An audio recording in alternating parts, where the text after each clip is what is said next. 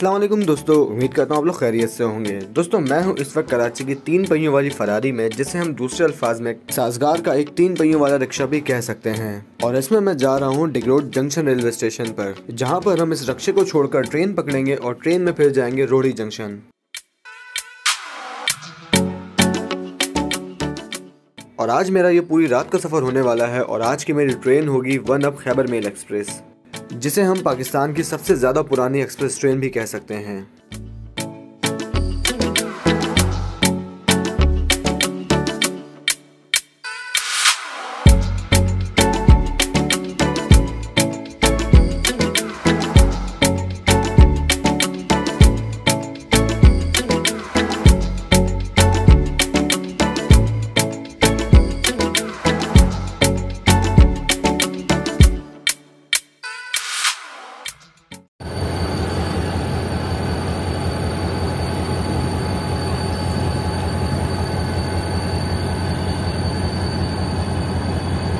दोस्तों मेरे प्लेटफॉर्म पर पहुंचते ही डाउन में मेरे सामने से आई एक फ्रेट ट्रेन, जिसके लीड पर लगा हुआ था आरजी लोकोमोटिव, जो कि कराची कैंट रेलवे स्टेशन की तरफ जा रही थी।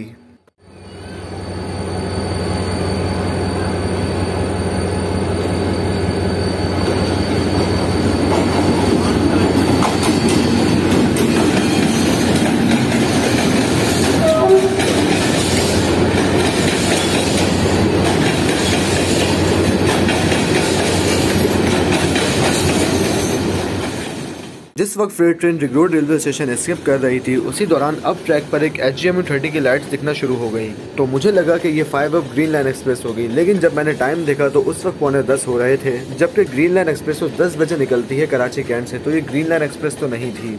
तो जब ट्रेन करीब आई तो मालूम हुआ कि कराची से लेकर रावलपिंडी के दरमियान चलने वाली 35 अप सरसैयद एक्सप्रेस है, जो कि आज तकरीबन 45 मिनट लेट है।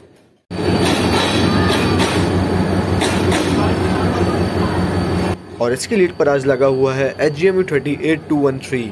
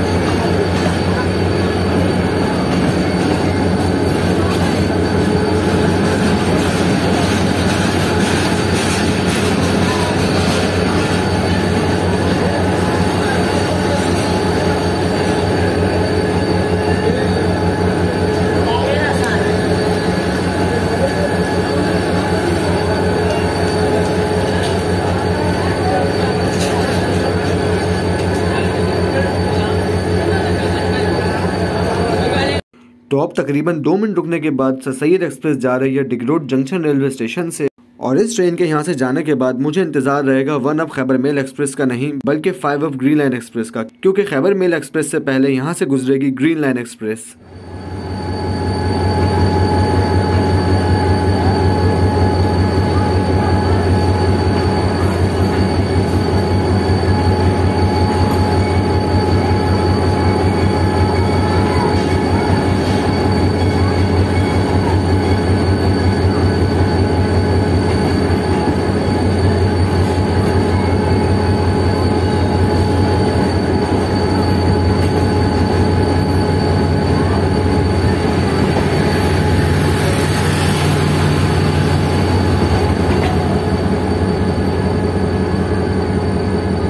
तो दोस्तों जितनी देर में ट्रेन आती है उतनी देर में थोड़ी बात कर लेते हैं खैबर मेल एक्सप्रेस की।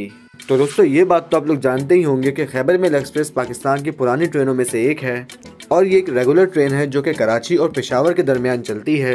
इसी के साथ ही दोस्तों ये बताता चलूँ कि ये ट्रेन अपना पूरा सफ़र ML1 यानी कि मेन लाइन 1 पर ही करती है और मुल्तान, साहिवाल, लाहौर, अटक के रास्ते पेशावर तक जाती है और तकरीबन 30 घंटे 55 मिनट में ये अपना सफ़र तय करती है कराची कैंट से लेकर पेशावर कैंट तक। और ये अपने इस 30 घंटे के सफर में तकरीबन 43 जगह पर स्टॉप करती है, यानी कि 43 इलाकों की सवारी इस ट्रेन से अपनी मंजिल की तरफ जाती है। लेकिन खैर एक तरह से देखा जाए ये ज्यादा नहीं है, क्योंकि अवाम एक्सप्रेस के इससे ज्यादा स्टॉप्स हैं। इसी के साथ ही दोस्तों मैं बताता चलूं कि मैं अपना सफर आज का करूंगा डिगरोड जंक्शन रेलवे स्टेशन से लेकर रोहड़ी जंक्शन तक। और ये ट्रेन रोहड़ी जंक्शन के लिए काफी अच्छी ट्रेन है कि जिसमें आप रात में खाना वाना खाकर इस ट्रेन में आराम से बैठें और सुबह सुबह फजर की अजानों के वक्त ये ट्रेन आपको पहुंचा देती है रोहड़ी जंक्शन। तो ये ट्रेन कराची से लेकर रोहड़ी जंक्शन तक 7 घंटे 5 मिनट लेती है, जिसमें ये 5 जगह स्टॉप करती है।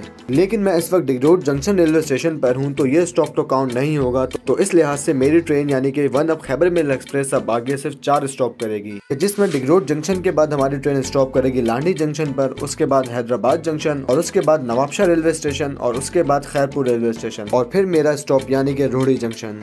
तो अब बातें तो बहुत हो गई, तो चलो अब देखते हैं 5 अप ग्रीन लाइन एक्सप्रेस को और उसके बाद एक नजर डालते हैं इस ट्रेन के फेयर्स पर और इस ट्रेन में कौन कौन सी क्लासेस लगाई जाती हैं, उन सब के बारे में भी हम आहिस्ता आहिस्ता जानते हैं।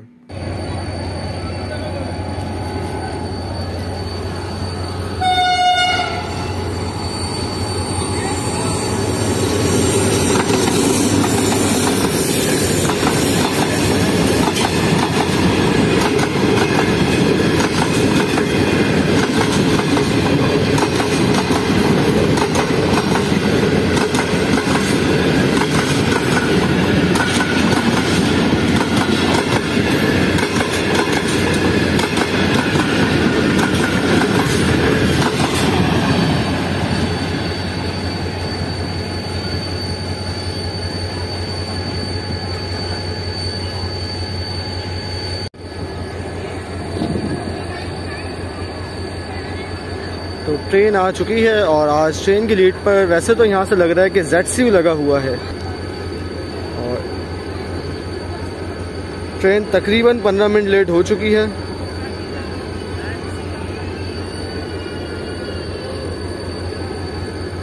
और ये ZCU नहीं बल्कि AG30 लगा हुआ है, बल्कि ZCU ही लगा हुआ है, सॉरी। और इसका नंबर है 6307।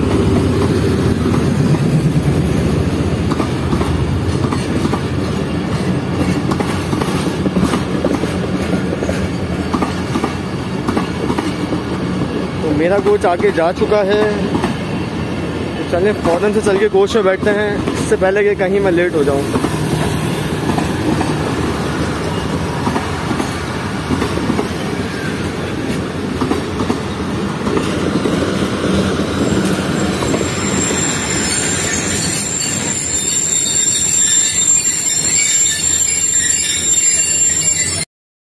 तो मेरी रिजर्वेशन तो इसी कोच में थी, लेकिन एक अंकल ने मुझसे सीट एक्सचेंज कर ली थी, जिस वजह से मैं इस ट्रेन के पीछे वाले कोच में आ गया था।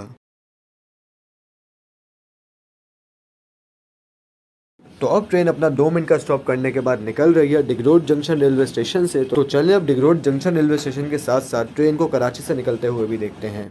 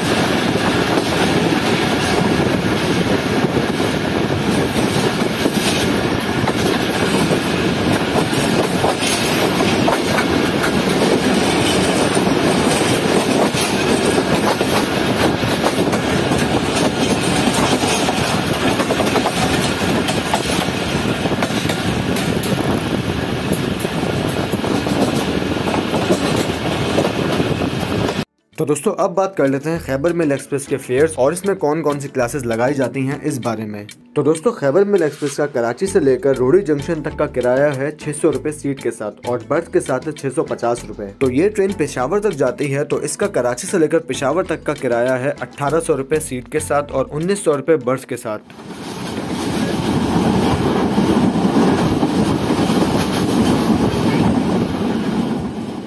तो अगर हम इस ट्रेन की क्लासेस की बात करें तो इस ट्रेन में तमाम क्लासेस पाई जाती हैं जो कि पाकिस्तान रेलवेज में हैं सिवाय पॉलर कार के। जी हाँ दोस्तों, इस ट्रेन में इकोनॉमी के कोचेस तो हैं ही, इसके अलावा AC standard, AC business class और एसी स्लीपर क्लास के कोचेस भी लगाए जाते हैं। और इस ट्रेन में एक लगेज के कोच के अलावा पाकिस्तान पोस्ट का भी एक कोच लगाया जाता है जो कि रेड कलर का होता है और उस कोच की वजह से खैबर मेल एक्सप्रेस अलग ही पहचानी जाती है।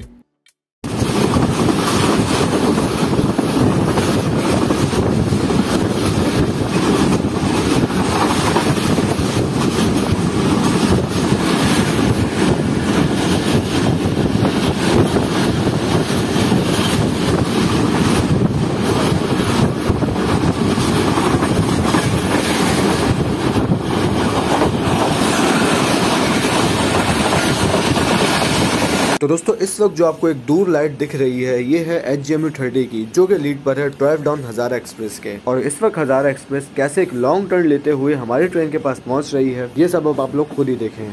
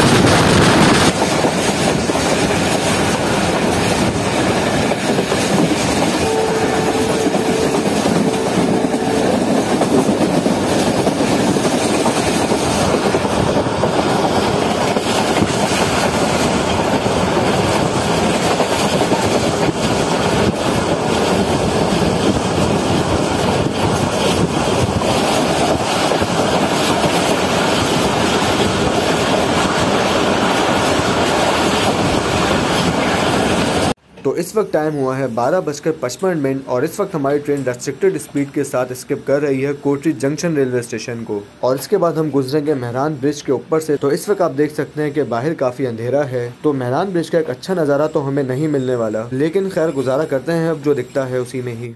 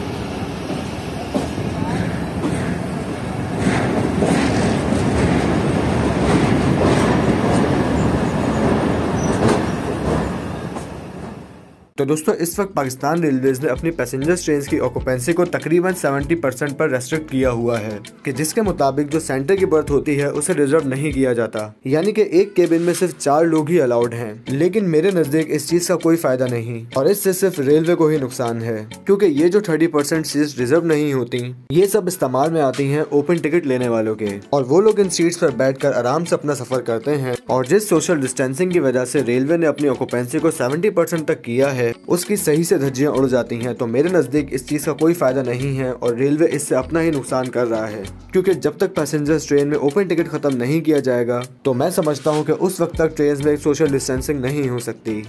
तो दोस्तों इस वक्त टाइम हो रहा है 1:15 और हमारी ट्रेन पहुंच रही है, यानी कि वन अब खैबर मेल एक्सप्रेस पहुंच रही है हैदराबाद जंक्शन रेलवे स्टेशन के प्लेटफॉर्म नंबर 1 पर, और यहाँ पर ट्रेन का तकरीबन 10 मिनट का स्टॉप है। तो दोस्तों ये है वो पाकिस्तान पोस्ट का कोच जिसकी वजह से खैबर मेल अलग ही नुमाया होती है बाकी ट्रेन्स में।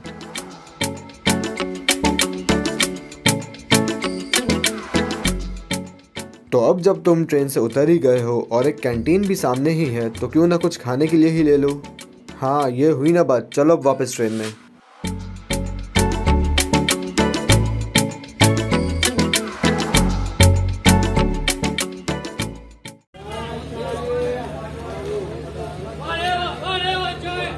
तो दोस्तों 10 मिनट स्टॉप के बाद हमारी ट्रेन निकल रही है अब हैदराबाद जंक्शन रेलवे स्टेशन से, और अब वन अब खैबर मेल एक्सप्रेस अपना नेक्स्ट स्टॉप करेगी नवाबशाह रेलवे स्टेशन पर।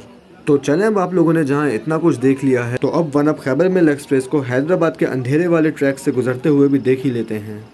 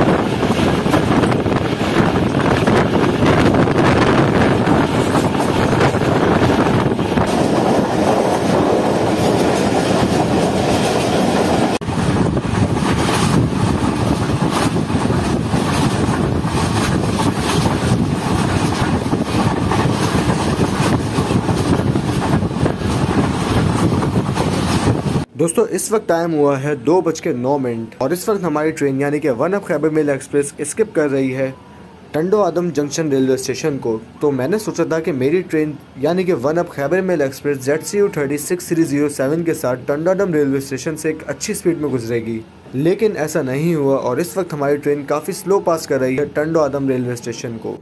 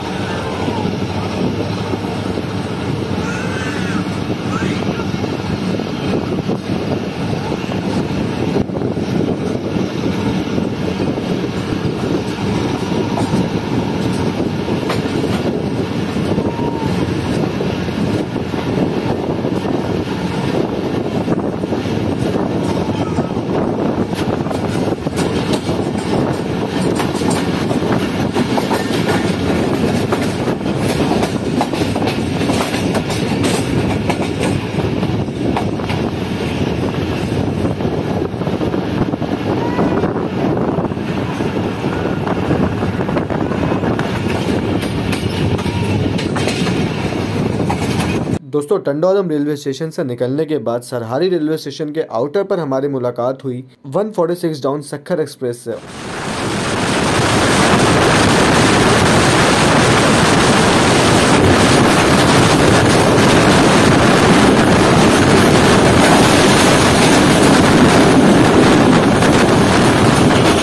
दोस्तों, इस वक्त टाइम हुआ है 2:52 और हमारी ट्रेन इस वक्त अंधेरे रास्तों से होती हुई पहुंच रही है नवाबशाह के रेलवे स्टेशन पर, कि जहां पर हमारा काफ़ी अच्छा पैरेलल एक्शन हुआ एक गाड़ी के साथ। तो जहां हमारी ट्रेन अंधेरे ट्रैक से होती हुई स्टेशन तक जा रही थी, वहीं मेरे सामने ये गाड़ी नवाबशाह की अंधेरी गलियों से होती हुई अपनी मंजिल की तरफ जा रही थी।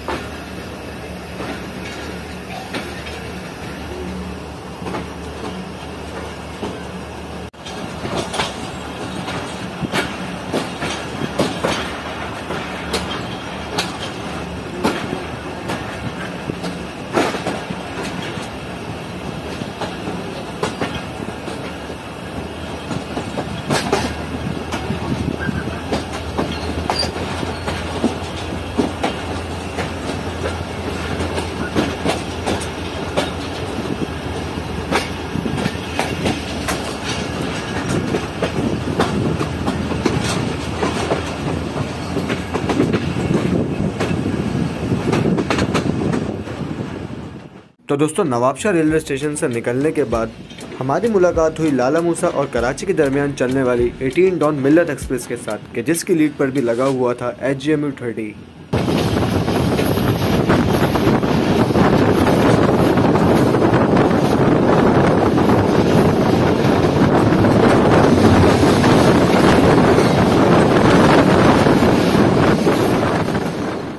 तो चलें अब थोड़ा सो जाते हैं और फिर सुबह बात करते हैं।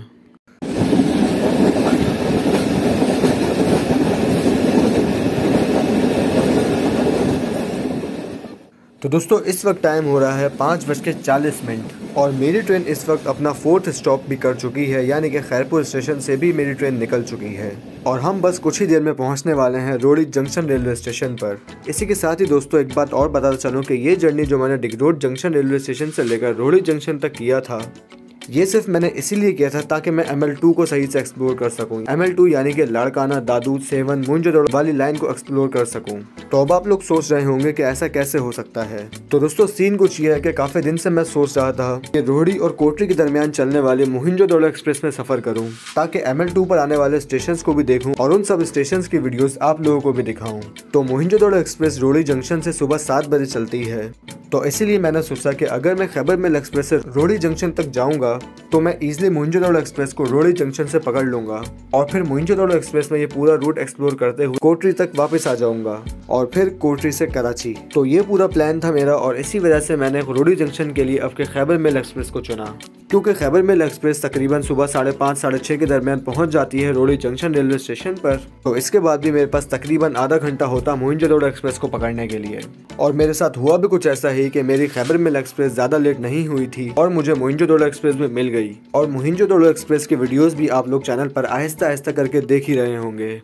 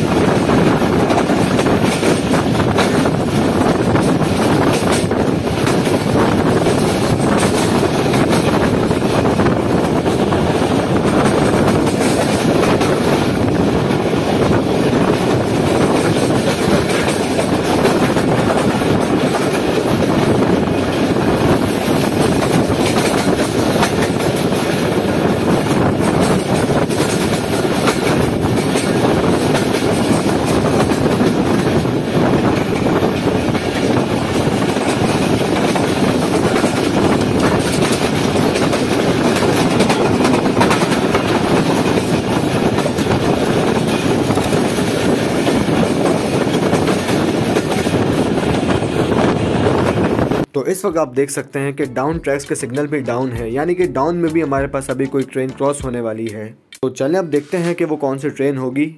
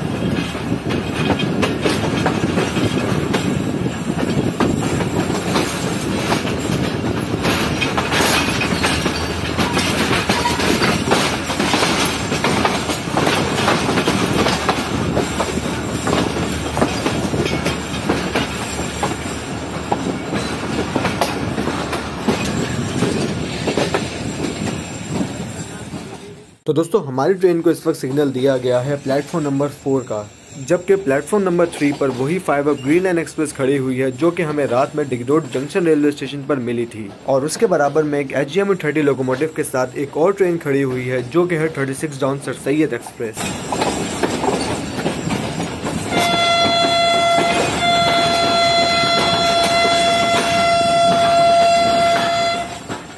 और इसके सिग्नल्स हो चुके हैं जैसा कि आपने पीछे भी देखा, और अब ये यहाँ से निकलने के लिए बिल्कुल तैयार है।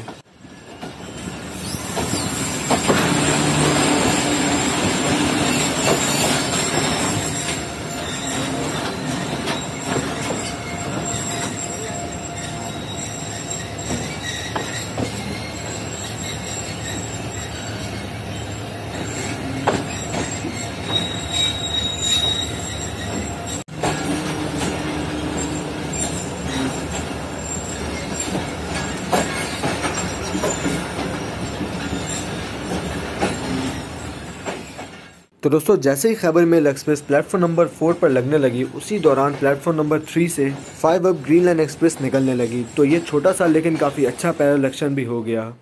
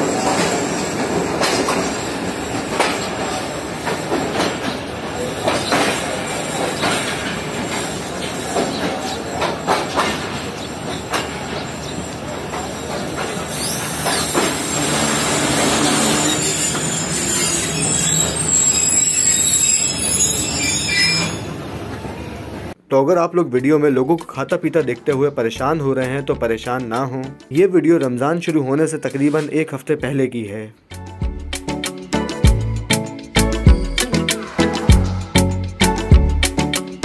तो ये है ZCU 36-307 जो कि ट्रेन को कराची से लेकर लाहौर तक लेकर जाएगा।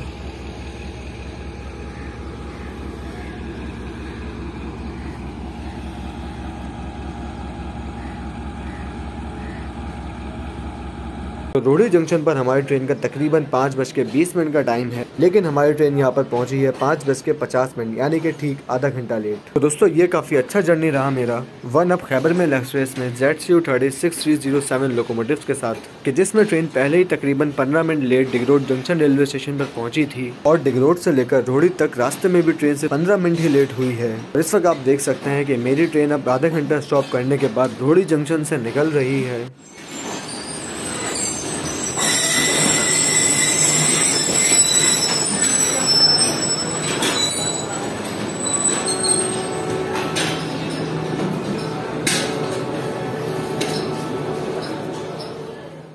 तो दोस्तों ये था मेरा एक ऐसा ट्रेन जर्नी जिसमें मैंने दूसरी ट्रेन को पकड़ने के लिए ये ट्रेन जर्नी किया।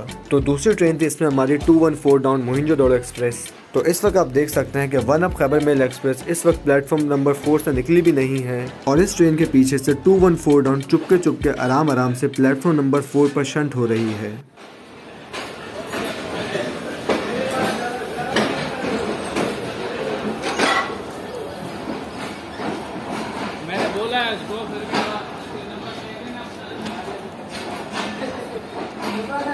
दोस्तों अब आप लोग ये भी सोच रहे होंगे कि अगर मुझे मोहिंजोदड़ो एक्सप्रेस में ट्रैवल करना ही था तो मैंने इस ट्रेन को कोटरी से क्यों नहीं पकड़ा, यानी कि मैंने कोटरी से ही इस ट्रेन में ट्रैवल क्यों नहीं शुरू किया। तो दोस्तों इसका सीन कुछ ये है कि जब मैंने ये सफर किया था तो उस दौरान 213 अब कोटरी जंक्शन रेलवे स्टेशन से सुबह 6 बजे निकलती थी और कराची से भी सक्खर एक्सप्रेस के बाद कोई ट्रेन ऐसी नहीं है जो मुझे कोटरी तक लेकर जाती। तो कोटरी से मुझे इस ट्रेन को पकड़ने के लिए तकरीबन 4 से 5 घंटे स्टेशन पर ही रुकना पड़ता, यानी कि पूरी रात मुझे इस ट्रेन का इंतजार करना पड़ता। तो इसीलिए मैंने इस ट्रेन में रोहड़ी जंक्शन से ही सफर करना बेहतर समझा। इसी के साथ ही बताता चलूं कि अब मोहिंजोदड़ो एक्सप्रेस रोहड़ी और कोटरी दोनों जगह से सुबह 7 बजे ही निकलती है। तो अब आप ये देख सकते हैं कि मेरी अगली ट्रेन जिसमें मैं सफर करूंगा वो अब प्लेटफॉर्म पर लग चुकी है, जो कि यहाँ से तकरीबन 7 बजे निकलेगी और इस दौरान मेरे पास सिर्फ इतना ही टाइम था कि मैं यहाँ पर नाश्ता कर सकूँ और मैंने वही किया।